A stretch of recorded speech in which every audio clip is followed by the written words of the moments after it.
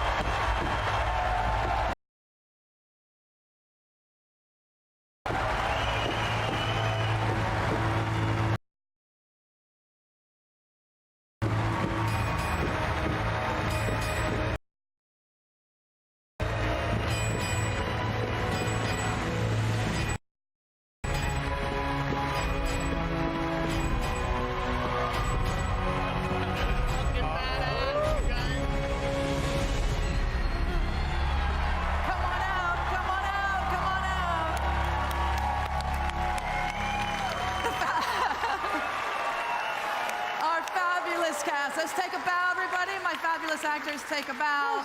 Well done, Sylvanas. All of us here, thank you. All right, let's do your actors bow thing. Come on, let's walk up, take a bow, the three of you.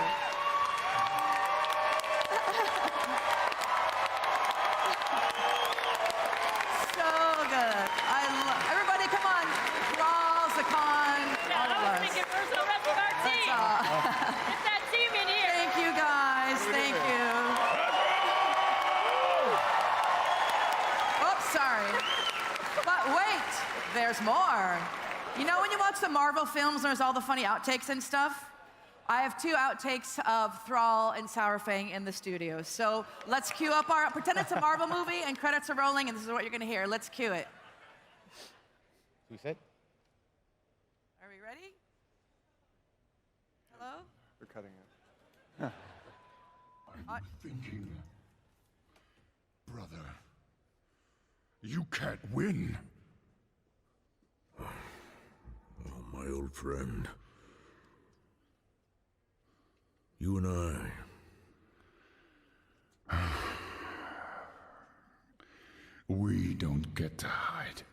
That's right. If I can spare these men, spare our family, I will do it. It is my density.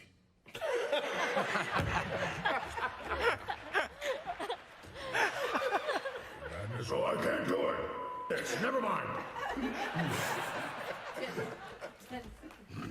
See, I knew we shouldn't have talked about it. It's too long. I've thought about it.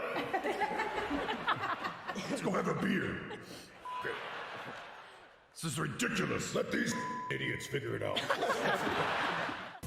BlizzCon 2019 is brought to you by Coca-Cola, the official refreshment of BlizzCon. Facebook Gaming, a world of play. Samsung SSD, performance gamers trust. Corsair, do your thing. And by NVIDIA.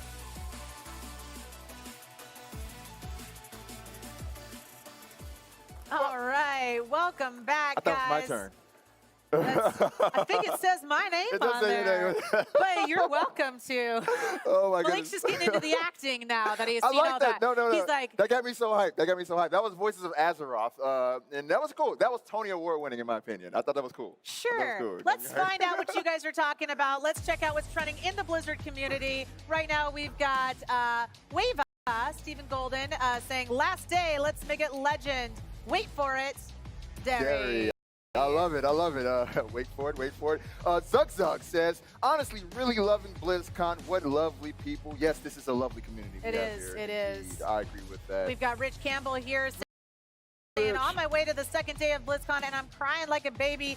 Didn't think I would be here this year, and that makes me appreciate it even more. Love you all. Oh, That's we love sweet. you too, Rich. We love you too. And Reba, who's here at BlizzCon, says, me, I'm not buying any merch at BlizzCon this year. Blizzard, here's a hoodie, Genji Funko Pop. Me, I'm buying one piece of merch at BlizzCon this year. That's What? about how it goes. You know, if you can stop at one piece of merch, good on you. Good on Yeah. you. It's pretty tough. It is. I know. There's a lot of stuff that I'd like.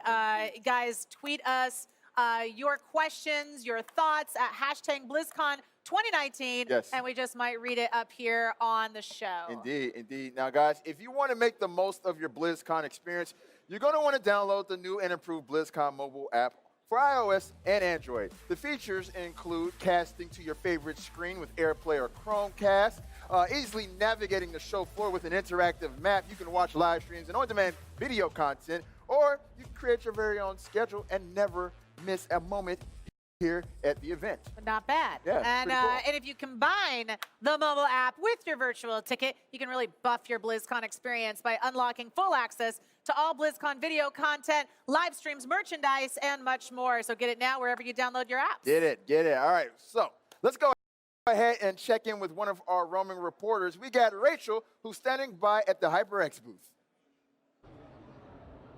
Hey, everybody watching. I'm down on the floor now at the HyperX booth, and I've got Mark Teganoff, the PR guy, here to answer some questions for me. First and foremost, there is so much stuff in here. What did you bring to BlizzCon? There is more than anybody should even be able to look at, really. But if you have the time, first thing you want to do is you go check out our 3D audio section.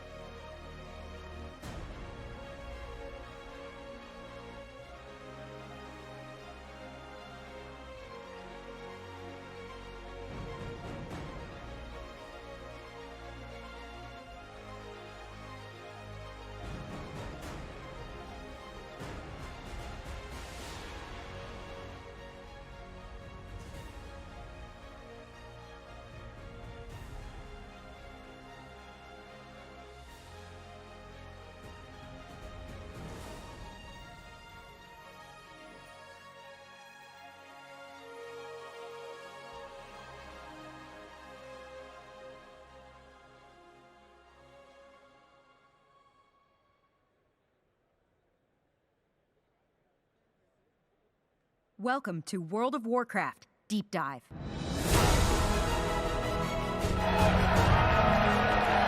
Hello, BlizzCon! Thank you for coming to the WoW Deep Dive panel. My name is Paul Cubitt. Today we're going to dig a little bit deeper into some of the systems that define what goes into World of Warcraft Shadowlands. Quick outline what we're going to talk about. First, I'm going to talk about covenants, what they are and what they do. Next, we're going to talk about some of the changes that are coming to leveling. Next up after that, classes, some of the changes for your classes, and the philosophies about what we're thinking about making those changes. And lastly, I'm going to talk about Torghast and the maw that surrounds it. So without further ado, covenants. First, as you know, we are going to the Shadowlands. When you get there, you're going to quest through 4 different zones. In the context of those zones, you're going to learn about the 4 different covenants that rule over them. And then when you get to max level, level 60, you're going to get the opportunity to make a choice of one and only one of these covenants. Which one do you want to join? Let's review what these covenants are and what they're all about. First up is the Kyrians. They're the denizens of Bastion. Their role in the Shadowlands is to shuttle souls from the world of the living to the world of the dead. They're all about purity and humility and righteousness, good stuff like that. Up next are the Necrolords. These guys, their role in the Shadowlands is to defend the plane against outside invaders. They're comprised of abominations, spies, warlords, very much kind of a proto-Scourge vibe. The Night Fae. These are the denizens of Ardenweald. Their role in the business of the Shadowlands is to shepherd the cycle of life and death. When a powerful wild god or powerful character of nature dies and passes into the Shadowlands, the Night Fae will help bring them back to health so that they can return to the land of the living again. And lastly, the Venthyr. These guys live in Revendreth. Sounds like we maybe have some Venthyr fans. They are the punishers of the unworthy. If you were evil in life, sinful or prideful and the like, you might get sent to Revendreth, and the Venthyr will bring you low so that you can be built back up again as a functioning member of the Shadowlands. There's a lot of choices that are factors that are involved in making this choice of which covenant you want to join. Let's discuss what those are. First up, your covenant sanctum. This is a place you're going to be spending a lot of time, not unlike your faction hall that you had, or your class hall that you had in Legion. So think to yourself, where do you want to spend time in Shadowlands? Do I want to be in a glittering city in the sky with the Necrolords? Do I want to be staying in this big, awesome-looking skeletal statue of a warlord? Do I want to be in the glittering, galaxy-surrounded vale in the middle of the forest? Or in a spooky vampire castle? The choice is yours. Next big thing to consider, the abilities they're going to teach you. The first is a Covenant ability, which everyone in the Covenant learns, independent of your class. This is a non-combat ability typically, although you can use a lot of them in combat. I like to say it's a way that you can solve a problem without fighting it. As an example, let's look at the Night Phase Covenant ability, Soul Shape. With this, you turn into a spirit fox. It gives you a short dash, and also, during the duration, enemies ignore you. It lasts for 10 seconds, or as long as you want if you're in a rest area. So there's a couple applications here. You can use it to just run forward pretty quickly. You can use it to skip a couple creatures you don't want to fight for one reason or another. Or you can just hang out as a fox.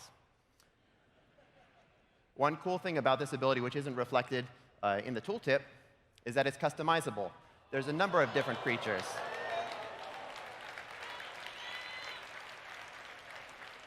A number of different creatures in Ardenweald that you can choose to be. So maybe you're more of a Glimmerfly, more of a Runestag. There may even be some rare prestige appearances that you can unlock as part of your Covenant campaign. That is the Night Fae ability. Unburden is the Kyrian ability. It's playable on the show floor. This is a much faster dash. You get 300% faster. Lasts a little bit longer, but also you can kind of use it to float across canyons and things like that. It also will reduce the radius at which enemies detect you, so you can kind of sneak around things. The Necrolords get Transcend the Flesh. This is one of my favorite new abilities, where you pull your soul out from your body, leaving your body behind, and you can kind of walk around in the spirit world. And meanwhile, your body stays behind and keeps doing whatever you were doing before. If you were just in town, it'll just stand around. If you were fighting a creature, it'll kind of dumbly keep fighting it, maybe use one or two of your abilities. And you can do whatever you want. You can fall down a cliff and not take damage because you're a spirit, right? You can run behind a tree and then pull your body back to you and confuse whatever you were fighting before. Lots of creative applications. Lastly is Door of Shadows, the Venthyr ability. This is probably the most straightforward. You just pick a location, and then poof, within a couple seconds, you're there. Very similar to Reaper Teleport in Overwatch, or Overwatch 2, if you're familiar with those games. You're also going to learn a class ability. This fits in the space, in the intersection of what your Covenant is all about and your class is all about. This is a way to solve problems by murdering them. Classic World of Warcraft ability. It should feel kind of like your artifact active abilities from a couple expansions past. As an example today, let's look at the Kyrian Mage ability, Radiant Spark. Okay, so this ability does arcane damage, independent of whatever your spec is. All mages will learn this if they join the Kyrian. It also deals damage over time. And during that window of 8 seconds, your next 4 attacks will deal, the first one does 25% additional damage, and then 50%, and then 75%, and finally 100% additional damage, letting you pull off some really cool combos if you can manage to fit those abilities in time. We're going to use Mage for our other examples as well. If a Mage joins the Necrolords, they'll get Contagion Bolt. Has kind of a similar container to Radiant Spark, but it plays a lot differently. It deals shadow damage, which is correct for a Mage. In this case, and in this case, your next damaging attacks will splash plague damage to nearby enemies. So if you want to have another AoE button in your rotation, you might consider joining the Necrolords with your Mage. The Night Fae have a completely different one. This is Shifting Power, where they're all about kind of balancing energies within the forests, and you get to do this by kind of pulling energy out from the ground, channeled over 3 seconds. Every second you channel will grant you haste, so you can use it as a self-buff, and it also damage enemies nearby. And lastly, the Venthyr have Mirrors of Torment. So the Venthyr in their zone will use mirrors to kind of reflect the sun's light and punish their enemies. You can do this to punish your enemies by joining the Venthyr, and we'll make 3 mirrors kind of rotate around your target, and anytime they do anything, cast a spell, use an ability, they'll be rooted and take damage. Okay, stepping back a little bit, story time. Soul binds.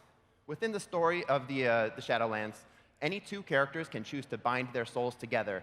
This could be the result of a powerful friendship, a romantic relationship, or just very close brothers or sisters in arms.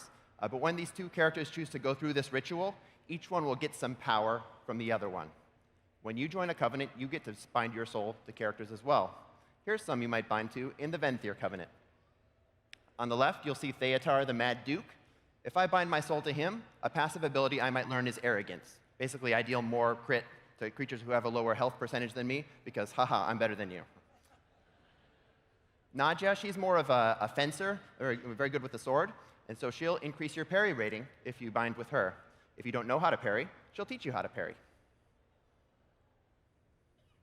Okay, the point here is that this is a way to unlock new power over time. After you get to maximum level, you'll continue to increase your character's power by increasing your relationship with these characters. You can also customize your relationship and the power that they give you with a new item type called Conduits. Here's an early look at what the UI might look like in-game. This is Theotar's ability. You can see up at the top there, that's Arrogance. That's where I'd get that ability. I have a choice for another ability if I don't like this one. Here in the middle, this is a Conduit where I've chosen to put in a survivability ability, which will give me DR, damage reduction, at low health. Alternately, I could put in this ability, which improves my healing. So without getting into too much detail, the point here is to give you a system which allows you to choose the soulbind which best suits you. You should be able to choose these for whatever reason you like. Maybe you like the way that Theotar's abilities feel. Maybe you think that Nadja is better because she has higher damage throughput. Maybe you just like the way that Theotar looks. You like that Ripon 8-pack that he's representing. Those are all valid reasons to be able to choose, and you should be able to do so. You can also switch soulbinds fairly easily as switching talents. Just pop a talent tome or whatever, and you can switch your soulbinds to counter a particular challenge. And of course, these are big characters that have rich inner lives, and you're going to learn a lot about them as you adventure with them in the Shadowlands. I would like to point out these are not necessarily bodyguards. The nature of the soulbind is you get their power even if they're far, far away. So you're not going to have them following you around all the time. Okay, in addition, you're also going to get lots of cool stuff. There's weapons and armor which really reflect the aesthetics of what your Covenant is about, including backpack-style cloaks. I call them backpack-style, but really it's like cloaks that aren't just a piece of cloth, right? And I'll show you some examples in a moment. There's a mount, which is upgradable. So this is one of the prime ways that you can show how far you've really pressed your relationship with your covenant. There's world benefits. In the case of Maldraxxus with the Necrolords, you can build your own abomination. We've called it Build-A-Bomb internally, where you kind of put together a head and arms and weapons, and he will follow you around as a bodyguard in that zone as a perk of being a Necrolord. Other covenants will get different perks. And I'd be remiss if I didn't mention that there's a full covenant campaign which kind of defines your end game story, depending on which covenant you've joined. Let's take a look at some of those armor sets. These are the 4 plate sets. Kyrians, Necrolords, Night Fae, and Revendreth. Some back attachments. There's a wing look for the Kyrians. This is one of the sigils of one of their temples. And lastly, kind of a halo-y shield look. So, okay, there's a lot of factors that go into make this choice, and it's the one that you should consider all these factors before you make it. I do want to point out that it is possible to change your covenant if you feel like you've made a mistake or you want to meet someone new, but it will take some time to build up your relationship with your new allies. Before I leave, I want to try something out. I know you have limited information, but I'm going to kind of call out the names of each of the 4 covenants and want to get some data as to like what you guys are vibing on. So first I'm going to go with Kyrians. Kyrians, where are you at? Okay. Necrolords, let me hear you. Me, Paul Cuban, I'm a Necrolord. Night Fae, where are you at? And lastly, if you're a Venthyr, say blah! All right. Up next, my close friend and colleague Kevin Martins is going to talk about the changes to leveling in the future of World of Warcraft.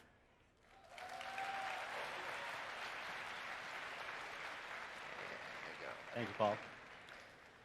Hey, everybody. It's great to be here. Hope you're having a great time. So, 15 years of World of Warcraft now, and it's quite a privilege to be working on a game like this, announcing our 8th expansion. Azeroth and all the worlds we've attached are such a huge, awesome canvas to tell stories on. But along the way, we have had some issues that we've wanted to solve. Some things have come up. As we've put 120 different levels in the game, a bunch of things have happened, and we tuned them over the years, as you've seen. I want to talk about what comes next for that. So first and foremost, this is the main thing we hear from everybody, that leveling takes too long. And I'll dive into that. We had some pretty serious fixes for that. Levels are supposed to be meaningful in role-playing games. You know, that's like the core stat for most people is that. Like, that's your base level. What level are you is the first question you ask when someone's playing a role-playing game. Because of the 120 and the speed at which we level, or sometimes it's too slow, it's lost some of that meaning, and we want to capture that and get it back again. And then weaving in and out of 7 or 8 storylines as you level up can get confusing pretty fast as well. So we have made a major push for this in that patch leading into Battle for Azeroth. Paul actually led this effort, the guy that was just up here, to rescale the world. And that allowed us to fix some of the problems we had at the time. There's so many areas and levels to go through that each of the zones had such narrow level bands that you would typically out-level the story of any given zone before you were anywhere near finished the story, and then all of the quests would turn green or even gray, and the role-playing gamer in you would want to move on and keep making progress. So that largely fixed it, leading to this current live state. These are roughly the level bands, and it's roughly in order that the expansions came out with some options, like at 60 to 80, you can choose to go to Outland or Northrend and so forth. So we have some pretty huge overhauls of all of this. This is supposed to be Festival as well, and I think it still is. When you're starting a fresh character and that whole big world's ahead of you, and there's so many adventures out there, that does and can feel special. But when most of the community, like when you're starting an alt and your friends are all, you know, way further along, or no one wants to start with you because it takes too long, it's understandable. Or as a new player, it really feels like the party has left you, right? Like you're at the end of the parade and all you can see is a single plastic bag rolling by in the breeze sometimes. We'd love to fix that. I like that graphic. So not every level is rewarding. With the 120 levels, we have 2 problems, basically. So either we give you a reasonable leveling time, and you run through the levels so quickly that you gain one like every 15 minutes, and then none of them really feel special. You know, you take for granted every level. It doesn't feel much like an RPG at that point. Or we try to do like a reasonable amount of time for each level so that each level has time to breathe, and if you got a power, you have some time to use it before you get another one. In either case, that is not quite the compelling balance we're looking for. Okay, so I probably don't need to explain this. If you've alted like basically at all in the last 10 years, your question as a Horde player might be, who is my war chief? So, thank you. We refer to this as the War Chief Shuffle. And again, this is part of that privilege to be able to have characters that can live lives out over decades, like 25 years of the Warcraft IP, to bring them back in and out and have their lives have real meaning. Most games, most properties don't have a chance to do that, so that's a real privilege. But we think we can do better at this part as well. And then Pandaria is a great example of, since Pandaria was the current live expansion, you have not been able to play through that level up story start to finish in a way that was relevant for your character. At this point, and I checked the data on this, most of you who choose Pandaria to level in the 20-level band it has, will get through Jade Forest, which is a very big starter zone, and then half of the next zone before you've out-leveled that band and you've already moved on. And I don't think that does justice to all of these expansions we've released before. So from those problems come these goals. Streamlining leveling, I'll get into how that works, but it's going to be a lot faster and I hope a lot better. Along the way, we'd like to capture those expansion level stories again and give you an opportunity to complete one of those. And we want every level to feel special again. And Brian's also going to touch on this in his class section about some of the ways we'll specifically do that. While we were doing this exercise, it also occurred to us that this would be a great time for us to modernize the introduction to World of Warcraft. And we didn't want to lose any of the existing stories we have, so we are adding a brand new starter zone, which I will run through for you as well. But we're keeping all the existing ones, so you get to choose which ones you'd prefer to do. All right, so what's new? The new level range is 1 through 60. Thank you. Primarily, it's not about balance. This is about having the numbers match the fantasy and having good pacing for leveling. So the levels come at the right pace to match what's best for what's coming new with each level. And along that lines, every level should unlock access to new content, new talents or powers or abilities or new places to go, something special every level. You probably want to know what significantly means, and it's, depending on your playstyle, 60 to 70% faster to level from 1 to 50.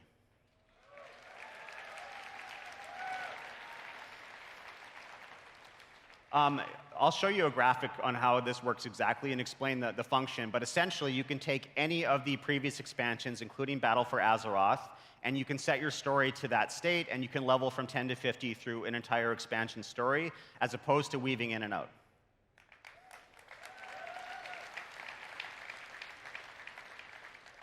And then lastly, our new starting zone is an island called Exile's Reach, and I have a lot to show you there in just a moment. For your current live characters, what this means is basically that you will scale to match the new range. Simply put, level 120s will become 50, and any level between those numbers will have some simple formula to match it to its new appropriate level. And you will level from 50 to 60 in the Shadowlands. I think Ian went over all this yesterday in his panel as well, if you happen to see that. And once again, not about balance. This shouldn't feel any different. You should be able to do whatever you're doing now. Many of us probably have characters that we're using to solo old content or to collect mounts or transmogs or something. That should feel the same. This isn't like a number squish or anything like that. It's just about, again, having the level number match the fantasy of playing the game and feel a little more like an RPG in that aspect again. So one more glance at what it is right now on live. And when we're done this pretty big job, it's going to play out like this. All starting zones, including our brand new one, are going to be scaled from 1 to 10. This means Death Knight and Demon Hunter as well. And I'll talk about allied races a little bit later. You can then choose any expansion's story to level through, including Battle for Azeroth. And you will level at that point. When you get around 50, you'll go to Shadowlands. You'll be quested naturally there and enter that storyline. So put yourself back in the shoes of someone who's never played before, and this will feel a lot different. Our plastic bag blowing by will not be there anymore. From character creation, your only option as a brand new player for your first time through is Exile's Reach. Here's our first shot of the zone. So the story here is that your faction has learned of this previously uncharted island. They sent an expedition there a couple of weeks ago, and it has not reported back. So you, as a new recruit, are part of the second expeditionary force, a bigger, stronger force, to try to find out what happened to the first one. This zone has a lot of our favorite things about World of Warcraft, like the level designers and the artists did a really good job. It's got the big mountains with the waterfalls. It's got the deep, dark forests, vistas. A lot of our favorite monsters are in here. We've got murlocs, we've got harpies, we've got quillbore, we've got ogres. In fact, the story of the zone is essentially that there is an ogre who is trying to he's captured all of your forces, and many of the ones you bring with you as well, and he intends to sacrifice them in a big ritual to bring a dragon back from the dead. And the reason I mention that is one of my favorite parts of the island is that we are ending it in sort of a mini two-boss dungeon. So it does not have all of the trappings and limitations of a fully fledged dungeon, like you don't have to have roles.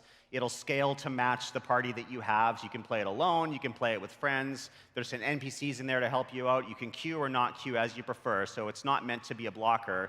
But it's supposed to introduce people to the concept of things to come, to show them the promise of some of our favorite features as longtime players. And it'll end on that big hook. You get to kill an ogre and kill a dragon, and that really captures the attention of your faction leaders. So from there, from being a new recruit, leveling up to 10 in here, you will be quested naturally into the capital cities. You get the lay of the land a little bit before then moving right into Battle for Azeroth.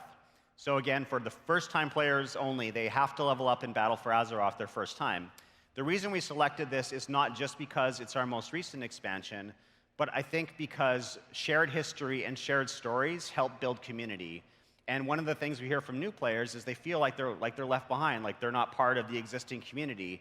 Coming into Shadowlands with these most recent events in mind, with everything that happened to our big cast of characters, coming with the same stories and the same events entering Shadowlands, I think that they're going to feel a lot closer to where the rest of us are at when they get there. So for existing players, you can also choose to go to Exile's Reach if you want, and I think this has some benefits. It's new, so the first time will certainly be fresh. But also, if you play two different races in a given faction, you don't have to spend that time walking across the world, having one of you to meet somewhere where you can level up together. You can start in Exile's Reach. That should be nice as well. Or you can choose any of our existing starting zones, as you always have.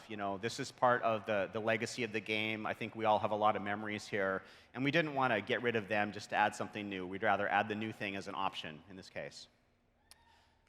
Thank you. So you also go to the capital cities, but this is where things get a little more different. Chromie reaches out.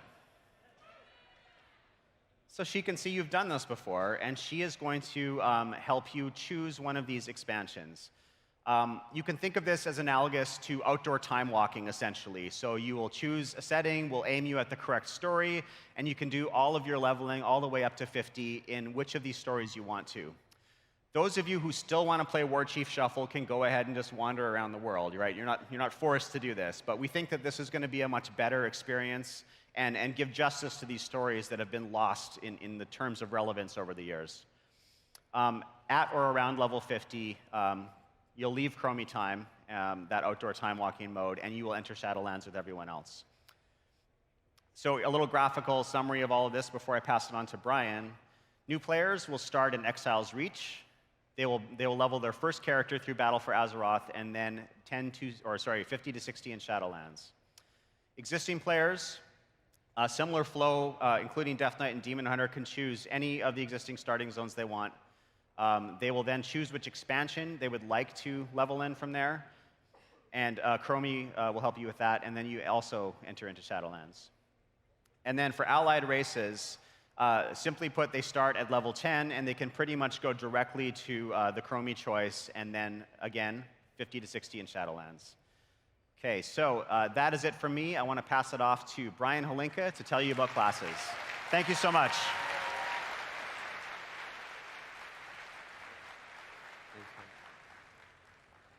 All right, hello, BlizzCon. How are you? I got to tell you, I've really missed this. For those of you who don't know, I actually spent a little bit of time away from World of Warcraft working on another project, and it kind of made me sad. I missed you all. I missed everyone on World of Warcraft, and I felt like I'd lost something. Ever feel like you lost something? I mean, a lot of you look like you lost weight. You look good, I gotta tell you. But I mean, like, something y'all had, something that really was core to your being, and then it was taken away, and you didn't know why, and you felt bad about it. Well, those stories, they always have a happy ending, and we'll get to that. But I want to talk a little bit about the beginning of that story. Has anyone here played World of Warcraft Classic? Anyone? That's good. Well, you tell your friends about it. World of Warcraft Classic, it's a great leveling experience, right? You start off clean slate at level 1. Every level you earn, you're a little bit stronger. You start earning abilities in different spell ranks every other level. You get talent points past 10. You build out this tree. It's a great experience. Character gets more powerful. We love it. And that worked out really well to expand on that system through Burning Crusade, Wrath of the Lich King, Cataclysm, and then Mists of Pandaria. We were starting to see some issues. We were getting feedback that my action bars are full, please. Spellbooks were confusing, and also we were power creeping a lot of gameplay to dangerous places. So we did our best to change that. We took a look at the talent system, and we said, hey, this is something, we want every choice to be interesting and compelling. And then in Warlords, with, I swear to you, the very best of intentions, we started to surgically remove some abilities that we thought would not be too problematic. And then came Legion and the artifact system. Anybody like the artifact system here? Everybody good? So the artifact system was great because it was these awesome iconic weapons that every spec got to use. 36 different weapons that a spec got to use. And as a part of that, we wanted to deliver like every spec being super cool, super distinct, and playing to the fantasy of these weapons. So we started doing some things. We said, okay, this spec is going to be about poisons, this spec is going to be about pirates, and this spec is going to be about the shadows and the stealth. And, to some degree, we kind of got lost a little bit on what being a class meant and what being a spec meant. We really pushed things away. We actually pushed a lot of the specs further away from being a member of their class than we ever had before. So moving forward, in Shadowlands, we have these covenants. And the covenants, they're about being a part of these, these 4 groups that are fighting in this plane of death, in the Shadowlands. And we want to give you cool class abilities. We want to give you those racials. And the Soulbind system that Paul talked about is going to tap into things. But through the artifact system and Azerite traits, we learned we just don't have enough hooks. Like, we want to give you cool, compelling rewards for our progression system, but like, we're putting heal on blink and stuff like that. So we're in a dangerous spot. So what we want to do is kind of recalibrate everything with this opportunity we're doing to improve the leveling experience. We have an opportunity to really listen to everything you've been saying through Legion, through Battle of Azeroth, and take action on a lot of your feedback. And always, the most common piece of feedback is, hey, just fix it, right? Fix the problems, which, I'll be honest, fix it is a great piece of feedback, because you're just saying, I'm not happy. I want something better. Or, not everyone can really say what exactly it is that's bothering them, but, there's just this idea, I want something fixed.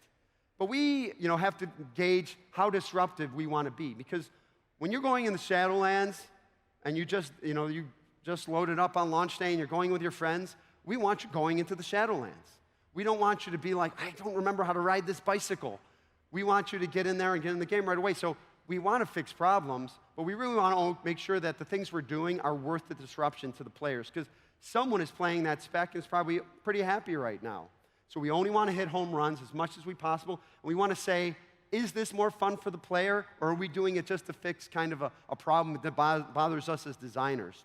So I don't think you'll see as extensive class changes as we saw in Legion, but we're going to be mostly additive, because, as Kevin mentioned, we want to make sure that every level is rewarding. So you're going to get a new spell, or from 1 to 60, you're going to get a new spell, or a piece of content, a dungeon, maybe you get access to your mount, or one of your spells is going to get bigger and stronger. And part of that's a lot of abilities that we got to give you, and part of that is this idea of returning to class from spec. So let's say you're going to make a priest in Battle for Azeroth. So you make a level 1 priest. Well, actually, you make a level 1 discipline priest. And then you play from 1 to 10, and you're that discipline priest, and you hit 10, and you're like, well, now I want to be Shadow. So you select Shadow, and like half your buttons fly away, all these new buttons appear, a lot of things change, and it's not even like you change specs and you got additional things. It's actually like you just change classes completely. So in Shadowlands, when you start at level 1, you're going to be an unspec'd priest. You're going to learn all these different abilities about all your different specs. And then when you pick a spec at 10, new things are going to come to you, and you're going to become a shadow priest or a disciplined priest or whatnot.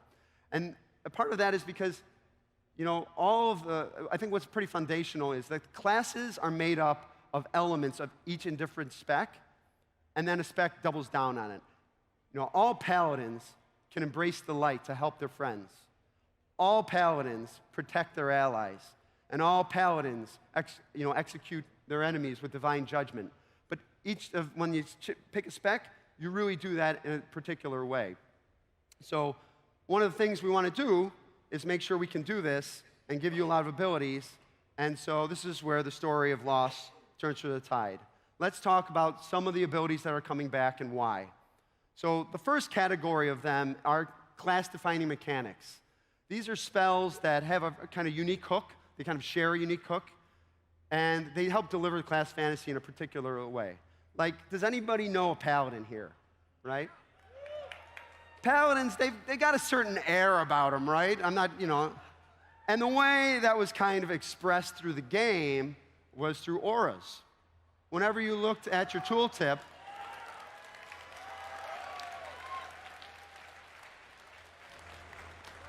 whenever you used to look at your buff bar and you saw that little shield, you knew that a paladin was with you. And that was important. That's the thing that they, when you're just in an RPG and you're playing with a paladin, he's always telling you how great the light is and stuff. That's just kind of a way to express it. Another idea is the idea of totems.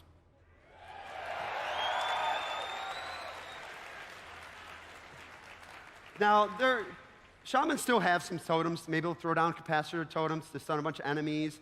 Maybe they'll throw tremor totem. It's nice that we have these kind of occasional totems going down, but it's kind of always been a fact that totems were there all the time. So just giving back some persistent totems like healing stream totems to the whole class or searing totem, just to give a little additional presence that everybody will see these totems laying around there and know there's a shaman in their group. Are there any rogues here? Not anymore. You failed the first test of being a rogue. Just shouting out, I'm here,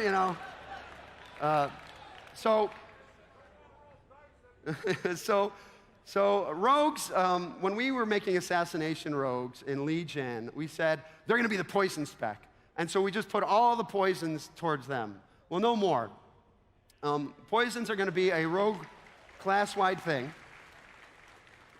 Because, rogues are the only class that puts poisons on their weapons and is really sneaky in that way, really sneaky.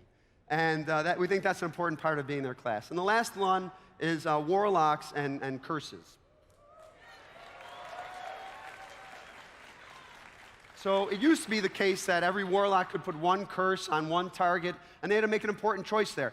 Do I put Curse of Doom on there, and then later it's going to explode and a Doom Guard will appear, and I'll be able to enslave it and have them join me? Or do I put Curse of Recklessness on there to make sure that these guys don't run away? And we thought that was a fun and cool choice, and we want to bring it back. Now, as I was mentioning before about classes leveling up, part of that is starting from 1 to 10, is starting unspec'd. Part of that is getting a little taste of every part of your class. And for some classes, they have different roles. And let's say Mage, for example, they're a damage-dealing spec. So we feel like it's important that you tap into the different schools that you have as a Mage, and then you specialize in a particular one. So let's say you start off learning Frostbolt, Fire Blast, Arcane Explosion. These are all different ways of dealing damage, and they're all done through different schools. But it still gives you that sense of like, I'm a mage, I'm a master of these elements, these arcane elements, fire and frost. But still, when you pick a frost, you'll mostly be using frost spells for your rotation. Another idea is how those spell schools lean into a particular role. So let's give an example of priests. All priests can tap into the light to heal their friends, and they can harness the shadow to destroy their enemies. Now, a lot of you probably tap into the light to leap of faith your friends and destroy your allies. And you'll still be able to do that because it's beautiful.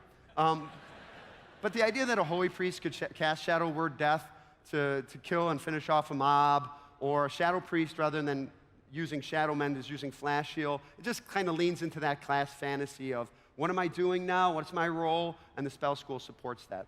And then kind of a minor point is the idea of the weapons that you get as part of your class. Let's say you're a shaman, you start with a mace and a shield.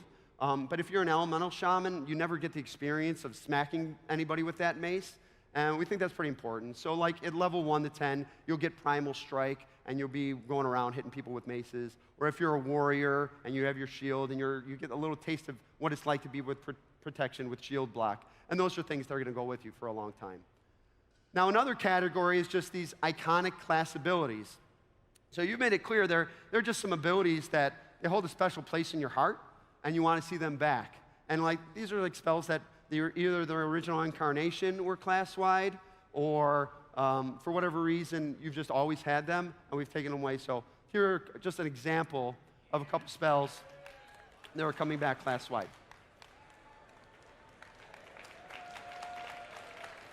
The second last.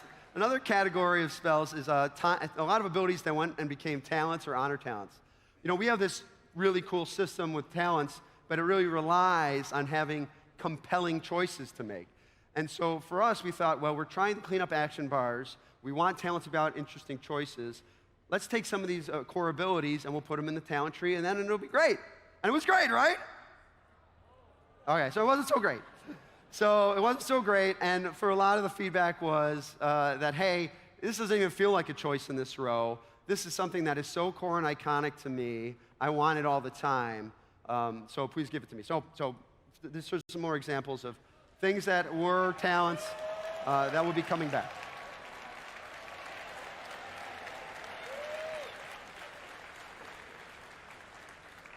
And the last category is just like me and you guys, long-lost friends, back together. These are abilities that are coming back, and they've been gone for a while, and they went away for different reasons. Maybe we couldn't find a lot of application for them. Maybe we felt like they stomped on the niche of another spec.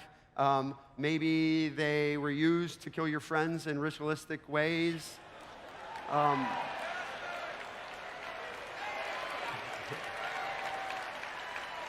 Or maybe we just didn't appreciate how much you love mind controlling your pet and exploring the world.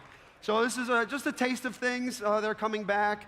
I'm sure we'll hear from you, and we'd love to hear from you on the forums, on Twitter, in person, here at BlizzCon, about anything I didn't list here. And all of these spells, the best part about World of Warcraft is taking these tools and using them in combat. In classes, we like to say that we bring the hammer and nails, and content, they bring the problems. So up next to talk about the newest kind of problem you're going to deal with, new content for Shadowlands, Paul coming back on the stage. So thanks, everybody.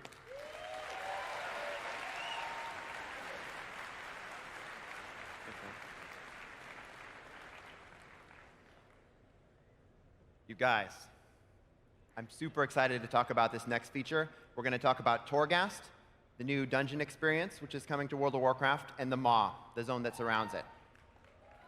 So first, let's get the setting. What is the Maw? It's a zone.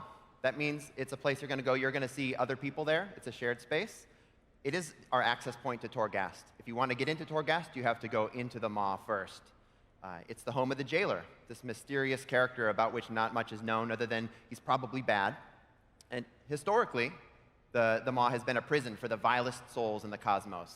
So you might remember earlier when I was out, I said that if you were evil and sinful, you got sent to Revendreth. That may have been a little bit misleading. That's where you get sent if you're bad, but capable of being redeemed. The Maw is where you're sent if there's no hope for redemption for you. We just throw you in this place that is inescapable forever, throw away the key. The reason I say historically is because that's been the case up until a point a few years ago where something broke in the machinery of death within the Shadowlands. In the past, souls used to go to the Arbiter to be judged. You're a good soul, you go here. You're a medium soul, you go here. Bad to the Maw. Now all souls are going directly into the Maw. And that includes all the casualties of the Fourth War, all the casualties of Teldrassil. You as a player have a special role. You learn this pretty early. You are a Maw Walker. This means you have the ability to transcend the grip of death. You can enter and leave the Maw at will, which is something that nobody has ever been able to do before. And this is one of the reasons that those covenants are so interested in getting you to join them, other than you just being a really good hero, is because you can complete missions that they can't do, right? You can go in and save souls that have been unjustly imprisoned. You can save your friends that are in there. Maybe even ultimately, should it come to it, you can take the fight to the jailer himself. So I thought that the best way to share with you guys how the Maw plays and feels would be to do so in the context of a story. So I'm going to tell you a story about two brave, strong heroes, Paul and Brian. You can see from our portrait frames up there, I am a Necrolord and he's a Night Fae. A lesson there, you can play together with people in other covenants. It's not an exclusive choice. So we are going to the Maw. Our plan today, by the way, in the story is we're going to go climb Torghast together. Brian is there. He's waiting for me at Torghast. I'm going to go join him. But first I need to go into the Maw, which is this endgame outdoor zone. It's a terrifying place. It's not just a place where we take the same types of creatures you see in Ardenweald or Revendreth and just paint them with a Death Ear coat of paint. No, it's actually significantly more dangerous there. And that's not just the creatures, but the environments and the mechanics of the space itself. You're welcome. So I enter the Maw. I'm making my way over to Torghast to meet Brian, and I run into this guy. I'll admit, I'm actually a pretty good player of World of Warcraft personally, so I figure I can take this guy on. It shouldn't be a problem. It was a problem. He kills me. And that's fine. This has happened before. As I release, I see something, and this is the jailer has noticed you. What this is a mechanic called the Eyes of the Jailer. Anything you do in the Maw, whether it be killing one of his elite lieutenants, dying to one in this case, saving souls, completing objectives, they will all incur the ire of the jailer, and he will send increasing punishments at you. The first might be that the Shade Hounds, which you see around the area, might start to notice you from farther away. Their aggro radius is increased. So the more and more I do, the more of these guys will start adding on to my fights. Later, the jailer might say, go kill that guy. He'll send kill squads directly to go kill Paul. He's the one who's causing all this trouble here in the Maw. And it will become more and more and more deadly. The lesson is, be surgical, be careful, know what you want to do, get in and get out, and try not to die too often. Luckily, today that's not too much of a problem. I'm going to just pass through the Maw to get into Torghast, where I meet Brian. It would have been nice if you helped me kill that elite, I might say to him. But we are here now, Torghast. This is the center of the Maw. This is where the jailer himself is, as well as his most elite lieutenants, his most prized possessions, his prized prisoners. It's also a strange place, a confusing place, a place unlike we've never seen before in World of Warcraft. And so we are going to climb it. Here's a shot of the interior of Torghast. I love this shot because every time I see it, I think this is a cool painting. This is actually an in-game shot of what it looks like inside of Torghast. Our artists have done an awesome job. And now we are inside the tower. We're now in an instance. It's a scalable dungeon from 1 to 5 players. That means you can go in solo, you can go in with a group of 5 players, you bring a tank and a healer, or maybe just 5 DPS, and it should always just work out. That wasn't a joke, it actually does. It works. As you climb the tower, your enemies will get significantly stronger. Terrifyingly so, it's actually like a lot stronger. But you're going to grow in power too, with temporary powers per run that you get as you climb the tower. Of course, as you climb as well, the tower is going to increase in complexity. The first couple floors might be your standard dungeon crawl where you kill creatures, explore hallways, try to find the stairs to the next level. Higher up, you'll be dealing with traps, puzzles, locked doors, more dangerous minions of the jailer, and so on. There we are again. So, this is not our first time here in the tower. I distinctly remember last time when Brian and I came, there was this hallway which curved off to the left, and there was this caster defending it. This time, there's a hallway curving to the right, and there's this melee guy in the way. Okay, this is maybe a simplified example of the fact that the tower is always changing. The layouts are variable. They're built for exploration. You're not going to know where you're going anytime you enter Torghast. You need to explore and find the way. And because of this, by and large, this is not a timed mode. This is not Mythic Plus, right? It's a different thing. The goal here is to be thorough. Always be exploring. Try to get as much power as you can before you ascend to that next floor where the enemies are going to be that much more deadly. And that power comes in the form of something called anima. So anima is this magical soul stuff that pervades the Shadowlands, and when it manifests in the Maw, it does so in this sticky, gross, stringy black stuff that has incredible potential power. Power, like you can see here. I can make a choice when I get some anima. There's a fairly straightforward choice. Do I want some additional maximum health or some additional mastery? I'm a DPS player, so usually I'll take that choice on the right, but I'll tell you, if I take this choice every single time in one particular run, I'm going to die pretty quickly because it's going to get really deadly. I need to make sure I'm shoring up my survivability as well. Here's a more interesting choice we might find, the Corruption Antenna. Your attacks have a chance to deal additional shadow damage over time to your targets. Okay, so it's a way of me doing more damage in a shadowy way. Why is that interesting? Because later I might find another power like this, the Shadowed Iris. Dealing shadow damage has a chance to blind the target, severely reducing their chance to hit me for a time. Okay, so now I'm beginning to build a build here, right? Even if I'm not someone who normally does shadow damage, my attacks might trigger shadow damage, which then triggers the Shadowed Iris, and the whole is greater than the sum of its parts. We have synergy. In our adventure today, this is the epic power that I find, the Golden Idol. This is a power that actually doesn't give me any direct player power at all, but it gives me information. I can see which enemies are holding additional anima, and this is especially good in groups because only one of us has to have it as long as we're talking with one another. I can see like, oh, that hallway, we don't want to go down there, it's dangerous, and they're not carrying anything. Over there, that unassuming guy, he's got something, let's go kill him. It works out great for our run. Brian takes a different tactic. He takes Ardent Endurance, which increases the duration of his soul shape by 50%. So he's going to be running around much more often as his Rune Stag form. He finds Bloating Fodder. So there's this creature that lives in Torghast. It's called a Maw Rat. They're this kind of an irritating critter-like creature that, pretty easy, but they get harder the higher you climb too. This makes it so that whenever a Maw Rat dies, they explode for 10,000 damage to everything nearby. And Brian manages to find 8 stacks of Bloating Fodder. So now they're exploding for 80,000 damage every time they die. Lastly, to complete his trifecta, he finds the Heavy Hoof Sandals, which makes it so that while you're under the effects of soul shape, Maw Rats instantly die.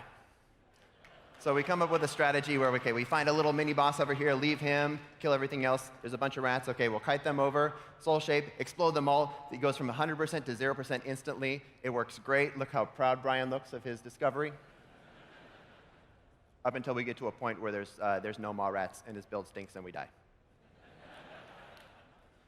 So yes, Torghast is always changing, and that's true. It changes from run to run.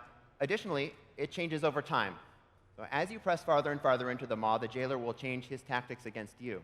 After a couple weeks of the expansion, there will be an event called the Beasts of Prodigum, in which the jailer floods the Maw and Torghast with bestial creatures like Shade Hounds and Soul Eaters and the like. This changes the creatures that you're going to be fighting. It changes the fighting experience in Torghast. It also changes the powers that are available to you. Like you might find the Chain of Command, which summons a Shade Hound that stuns and taunts, or maybe a different one, an item which summons a Soul Eater that inflicts area of effect damage and silences. And then after you get these, you might find other powers which make them hit harder or survive longer, or make it so that you run faster when you're near them. This completely changes the pool of abilities that are available to you, changes builds that are available, and is one of the things that will keep the system really fresh and should be really fun. It's probably the thing I'm most looking forward to. Of course, having fun is only half of it. The other half is, what do I get out of it? And the answer shortly is legendaries. So when you climb Torghast, you will find runes. You take these runes and bring them to a mysterious rune forge, which is run by an even more mysterious rune sage. And this character will help you build legendaries, and in doing so, maybe learn a little bit more about the backstory of Frostmourne and the Helm of Domination. But most importantly, when you're making these legendaries, it'll be with a great amount of determinism. You can choose what slot you're making them for, what powers go on them, maybe even what secondary stat distributions you have on them.